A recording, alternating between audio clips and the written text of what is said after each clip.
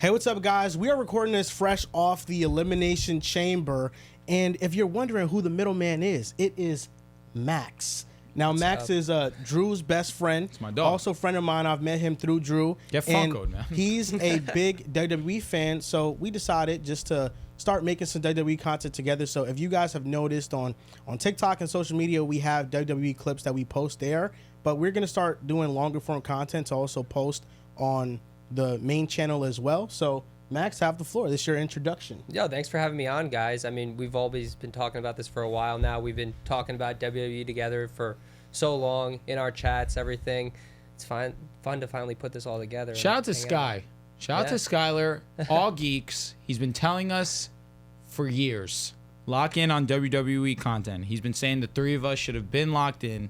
The fact that we finally got to do it, we're sitting down making content, but WWE has forced us into sitting down and actually dropping a podcast type deal. That's how great it's been. Because the biggest moment in wrestling history happened at Elimination Chamber, Insane, arguably dude. one of the biggest. John Cena turned heel. What are your guys' instant reaction to that? If I'm going to be honest with you, it was one of the happiest moments of my WWE life. I never anticipated it. Even when I'm watching live, I didn't see initially The Rock give a nod, give that signal to Cena. So at first, my mind's thinking, oh, wait, Cena's trying to get one over on The Rock because he's happy. He's been, Max, we spoke about this. It looked as if Cena was just acting his normal self the way that he was over the last few pay-per-views or over the last few appearances that he'd had. Just that goofy John Cena. But then you see him get straight-faced. It looks as if he's in an alliance with Cody to me. But then you see The Rock give the throat slit. And Cena goes and turns heel. It was amazing. And I'm a John Cena guy. John Cena is my favorite wrestler, has been the main reason why I even started watching WWE. We'd all speculated at some point in time he would turn heel. Never, not once in over 20 years of being in the industry. Finally, on his retirement tour, he goes and turns heel. I get goosebumps. It was one of the most surreal things I watched. Yeah, that moment was unbelievable. I mean, we know John Cena. We've seen him in movies and stuff. We've seen him as the villain in movies. Finally, he gets to bring that to WWE. He was acting, dude. And stamp it. He heard that The Rock got a Scorsese movie last week. That's a fact. And he said, I'm next. I need to get involved. I mean, like, this is just such a great story to tell. Like, there's so many dimensions to it. And it really sets up, like, probably Cody's. And it's crazy because Cody had such a big story last year, but this is easily Cody's biggest story. And we were struggling this year to think about like how they could actually match what last year was for Cody, like throughout the year, some of his feuds. But this one, wow! I mean, this is such a great story. I mean, like it could go either way at Mania, and I think they're gonna just entertain us through and through. And either way, I think it would be the correct decision. Cody Rhodes being the biggest babyface, and I think the reason why this moment works so well is because of how much of a babyface that Cody Rhodes is. We couldn't envision him turning heel. No. Absolutely not. And I think his line to The Rock when he said, go fuck yourself. It was crazy. It was awesome. Even if the show ended on that, it would have been a great ending. But then John Cena turns heel. And I just think the timing was right because he hasn't won a big match in a long time. He hasn't won a world title since 2017. So this character, he is desperate to win his championship so he can make history. And I think just aligning that story, him going corporate, going with The Rock. Travis Scott also, I don't know why he was there, but he made the moment so much better. He did weirdly. At first I didn't get it, but then him slapping the absolute piss out of Cody. You see him in the background. He understood the moment when it was his time to enter and be a part of it, when it was his time to sit back and chill on the ropes. He was a great touch to it weirdly, and I didn't think that would be the case. You just think about what The Rock brings to WWE now, and he's just pure entertainment, and Travis Scott is that. He's the epitome of entertainment right now in the music industry, and you know he's obviously gonna have the song for WrestleMania, so it kind of works perfect, like for him to really be involved. You know, shout out to WWE. They don't just bring celebrities in anymore for silly spots. Like, they're actually part of it. So, I thought it was pretty cool that Travis is involved. I don't know how far that's going to go. Maybe it means Cody Rhodes recruiting Bad Bunny to help him out and we get that match. That would be pretty sick. I think we're dreaming a little bit there. Hey, there's no such thing as dreaming. It was a dream to think that John Cena would sell his soul to The Rock. And now, there's been minor hints. I spoke about it when we gave our EC prediction. When he spoke at the Rumble, kind of felt a little bit heelish. Like, we never really heard John Cena talk that way. Never been much of a best for business kind of guy. He's been more so allowing the superstars to earn their moment, and when it is their moment, to give them their due diligence. Never heard him talk as if he deserves, like he deserves it. Even though all he's spoken about was earning it. No, he talked about deserving it and what's best for business. So there was that moment in that part of me that felt, all right, no, he's going to win the Elimination Chamber because of this. But you never seen John Cena try and capitalize on somebody else giving him a win. When Seth hits CM Punk with that curb stomp, Cena wastes no time. Takes CM Punk, put him in the STF, and puts him out. That was a sign. Whether we wanted to see it or not, there were little moments that kind of led us to see John Cena and The Rock teaming up. Yeah, there was no hesitation. He basically said that I'm done putting people over. I'm going over myself. That's what John Cena did. He was ruthless, and you made the comparison to Peacemaker. He just ruthless. He just did what had to be done. Now, I just feel like this opens up so many questions. Number one, what is John Cena's entrance music going to be? He went on Chris Van Vlet's podcast, and he said that it has the same hit to My Time Is Now, but there's trumpets, so who knows how it's going to sound, and what is his gear going to be? What does this entire heel package bring? Because we know it's going to be an entirely different Cena. Are we saying R.I.P. to the jorts? I think that's the one part where I have to draw the line. I want the black jorts back. I think that fits the heel vibe. Sure. Black George would be 07 cool. Cena, Super Cena. Super Cena. Oh, we're getting Super Cena. You know what I want too? I want John Cena to cut his hair. That bald spot is glaring. I've been begging for it. He Please, goes bald, Cena. military Cena on his heel run. I don't know, man. It's also like that's corporate Cena, you know, with the comb over. Okay. That kind of is his Good. look now. That's a good- You know? that's a He's good gotta do something observation. about the spot in the back, or that could just be something that wrestlers just keep gagging on him all the time for about, you know, having these spots. But So there have been a ton of heel turns, but this is the one that's been compared to the most. Drew, you can have the floor with this one. Now, yesterday was probably the craziest moment that I've ever witnessed as a WWE fan. But is it the biggest heel turn in WWE history? Everybody keeps bringing up Hulk Hogan and him going and teaming up with the NWO, creating the NWO. Does John Cena's heel turn stack up against Hulk Hogan joining NWO? I mean, I think just what this did to the story and how involved it was, and for what John Cena has been over time, like this is like just a happy man through and through. 100%. His participation in Make-A-Wish for decades, being like the most wished guy. Like, I know it's a little bit more recency bias to like compare Hulk Hogan and his persona outside of the WWE, but like I feel like John Cena just like you would have never seen this like at all, like from his personality. You know, he's a real life superhero. Yeah, I mean, like even like I feel like, you know, we've seen it from The Rock before, so Definitely. like when he went final boss, it's like okay, like let's go, like this is what we want to see. But Cena, this just opens up so many new dimensions to what he's gonna bring. I mean, it could be really anything, and it's just gonna keep us guessing week in, week out. Even R-Truth is crashing out right now. That killed Yeah. me. Him responding to Brandy saying, "Let's not jump to conclusions." No, man, I think this comparison has so many different layers to it. I saw Hulk Hogan's, and you know, obviously I wasn't alive for that, so we only watched video clips of it. I think the crowd reaction to Hulk Hogan turning heel was 100% better with the fans throwing garbage. Yep. But you also have to compare the arenas. That was the size of like an NXT arena. You know, this is a stadium that they have Elimination Chamber at. When I look at the entire package, the acting, the storytelling that went into it, I thought the Cena heel turn was better. And I think that Cena, he didn't need to turn heel. Hulk Hogan at that time, his buzz was kind of dying. He needed to turn heel to bring back an edge to his character. But you also can't undermine what that did, you know, because when he turned heel for WCW, WCW was winning the Monday Night Wars. You know, they were beating Raw. That's like if John Cena went to AEW, turned heel, and AEW now starts beating WWE in ratings. So we can't also discount what that was. But just from an entire like performance standpoint, really judging the performance and not the crowd reaction, I thought John Cena was better. I'm biased. I'm trying to take that away from this moment, but it's just so. It's the most surprised I've ever been watching WWE. It's really hard to shock me with WWE. I've never been this stunned. Again, I felt as if there was a little bit of heel in that Rumble promo.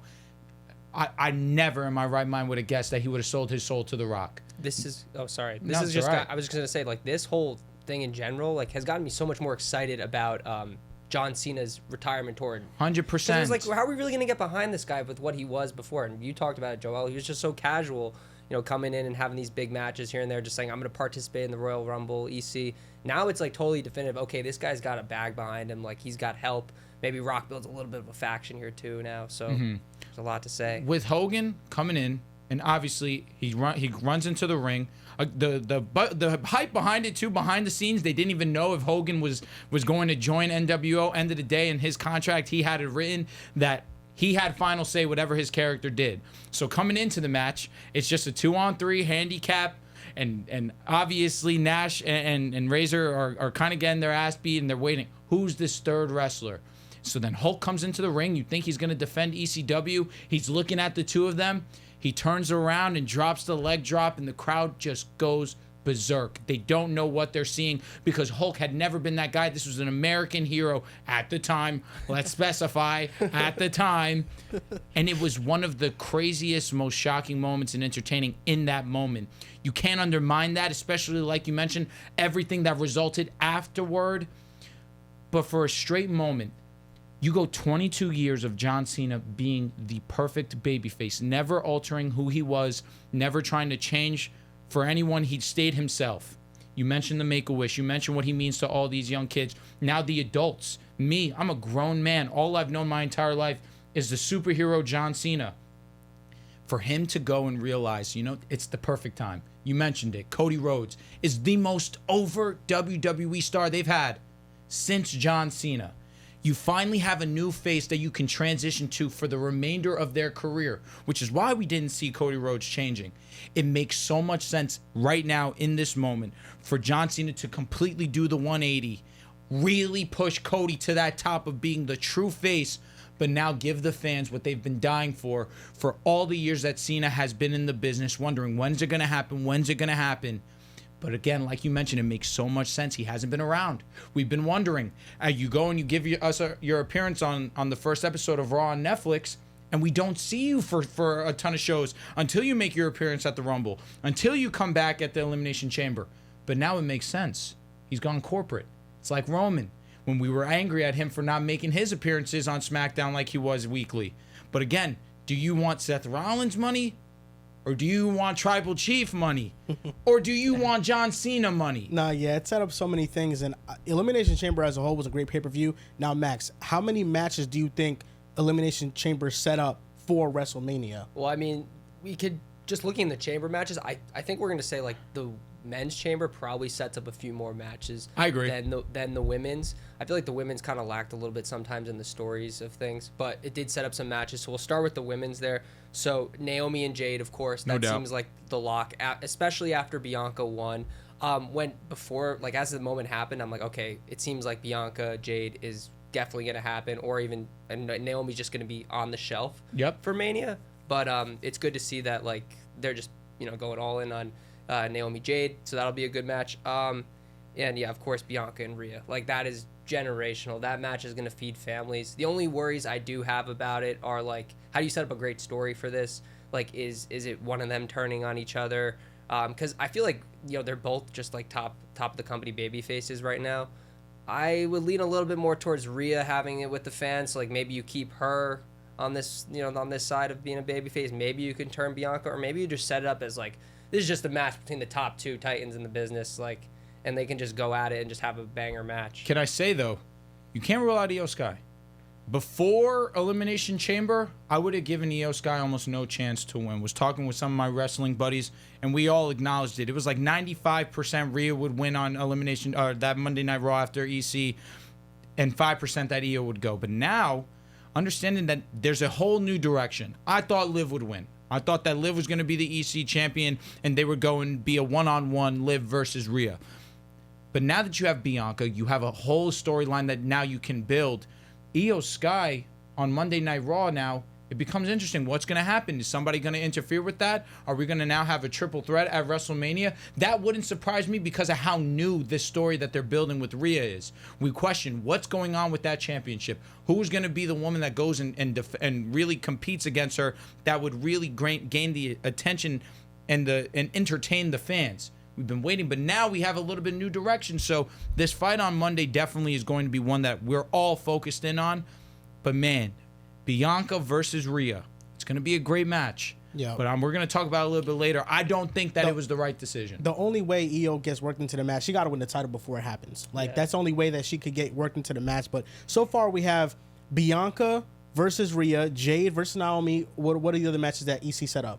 Drew, you were saying you thought maybe one more that could happen from the EC for the women's EC was Liv and Alexa. Yeah. I mean, that could be a great match too. I don't really. I think they're a little bit too far away now for that. I mean, we've got Liv with the tag team belt. That's probably where she's heading for Mania at this point.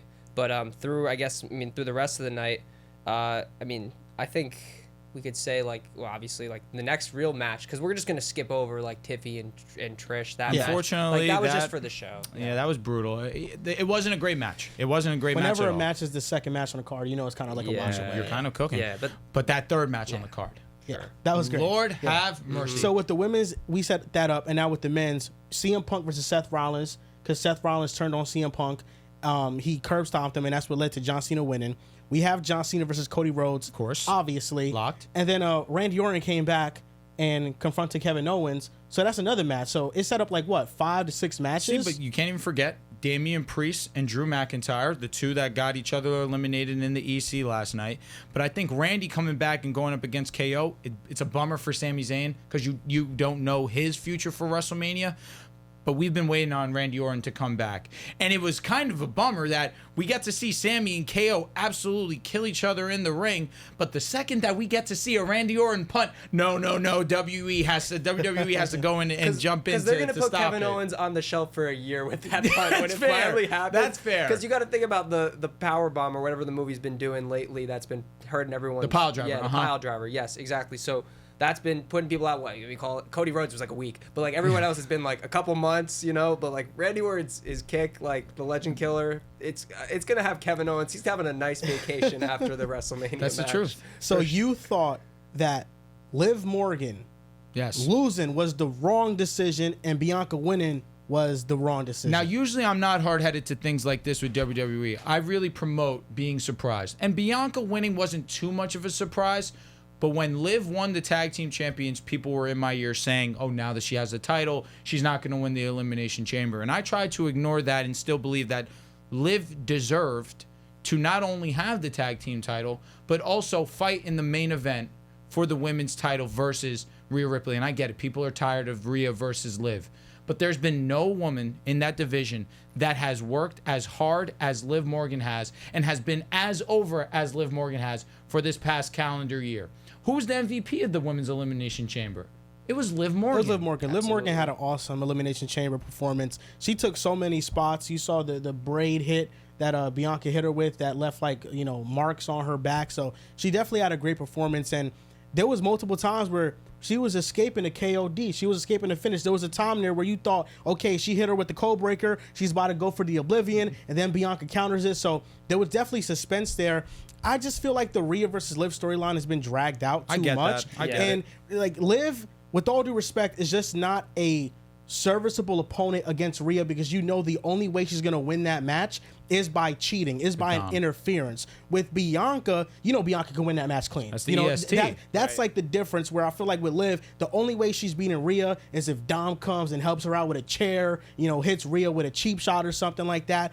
But that's why I thought even if the storyline didn't match up perfectly, I think Rhea versus Bianca is just the best possible wrestling match that we could have got. That was another issue for me. Storyline-wise, I didn't see anything involving Bianca and Rhea. That's where it kind of had me really convinced. It still doesn't. There's nothing right now that we can grab onto. With that one. So Absolutely. and Liv being such a focal point of the women's division, being so involved with Rhea Ripley, I really convinced myself. But again, being open-minded to it, Bianca is still Bianca and still one of the top of the division. She's a box office attraction. We know how amazing she is in the ring, and you know how great of a performance she's going to go up and put it against Rhea Ripley. It's a dream match. We've been waiting for this, and the fact we get it at WrestleMania, obviously we're spoiled in that regard.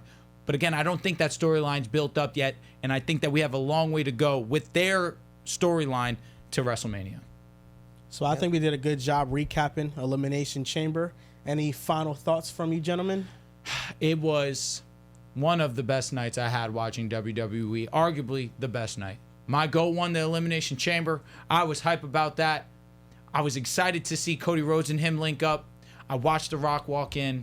And I don't know what's going to happen, but the fact that John Cena turns heel, it is the most exciting moment that I've had watching WWE. I can't wait to see where the storyline goes. But man, WWE, if you aren't tuned in, please, Monday nights, Tuesdays, Fridays, go ahead and watch WWE. Watch Raw, watch NXT, watch SmackDown. They're building something special. Yeah, this is the best time to get involved and watch because these next shows through April, they're going to be heat all the way through. And I really feel much better about how I felt last week going into the WrestleMania after Elimination Chamber. I think we got a lot of nice setup here, good groundwork to kind of build on. You know, after the Royal Rumble, I think there was a lot of like, you know, we were all kind of iffy on what the main events were going to be or just like what was going to happen with the shows. But I feel like EC, like this year, was the MVP versus last year maybe it was the Royal Rumble. For sure. You know, they flipped the script there. Yeah, like last year, Elimination Chamber didn't feel that big. It felt like kind of like just a throw-in pay-per-view before WrestleMania. We don't want anybody to get hurt. And this one, it added so much to the year and to the storylines. Now knowing that John Cena is aligned with The Rock, there's only one man that can help Cody Rhodes, and that's Stone Cold Steve Austin. And if Stone Cold Steve Austin comes back, and I hear that glass shatter at WrestleMania, I'm going to go crazy. Can I say the only downfall for me in this, as a true John Cena diehard, there's that kid in me that remembers John Cena losing to The Rock. John Cena had the whole year to prepare for The Rock, and John Cena was the company guy. He was the biggest star in WWE that consistently showed up to work every Monday. Him losing to The Rock hurt me. Him winning the next year, it was nice, but there's still that part of you as a John Cena fan that knows in that first match, The Rock got the better of him. In WrestleMania last year, The Rock got the better of him. This year, you see John Cena look in those eyes, and the boss told him when to make the move. Totally staying on script with WWE. To me, this is a little bit of a stain on John Cena, saying that The Rock has the upper hand. And I know that he's the boss. The quote-unquote final boss, but I know he's a legitimate executive, one of the main guys in the company. So that's kind of something that people will go and say, well, John Cena's still answering to him. But regardless, pure legend to legend, to me, this is a minor stain on Cena. I don't know about that because, like, you got to think about what Cena has been throughout his career. Always, I mean, like, you know, he's always been a good guy, but, like, you know, he's always kind of pandered towards Vince. You were running the company at the time, being Vince's guy. I mean, this is kind of just more in line with him. He would always just do whatever. Look what Roman Reigns said. He said that's a good point, Max. He's a yes man. Yep. That's what Roman Reigns said when he cut that promo That's on him. fair. And John Cena violated Roman Reigns in that promo. He did. But Roman Reigns did say he was a yes man. You know what I'm saying? Yeah. So it kind of adds to it a little bit. There's so many ways to go. I can't wait to watch it. It's going to be amazing. I can't wait.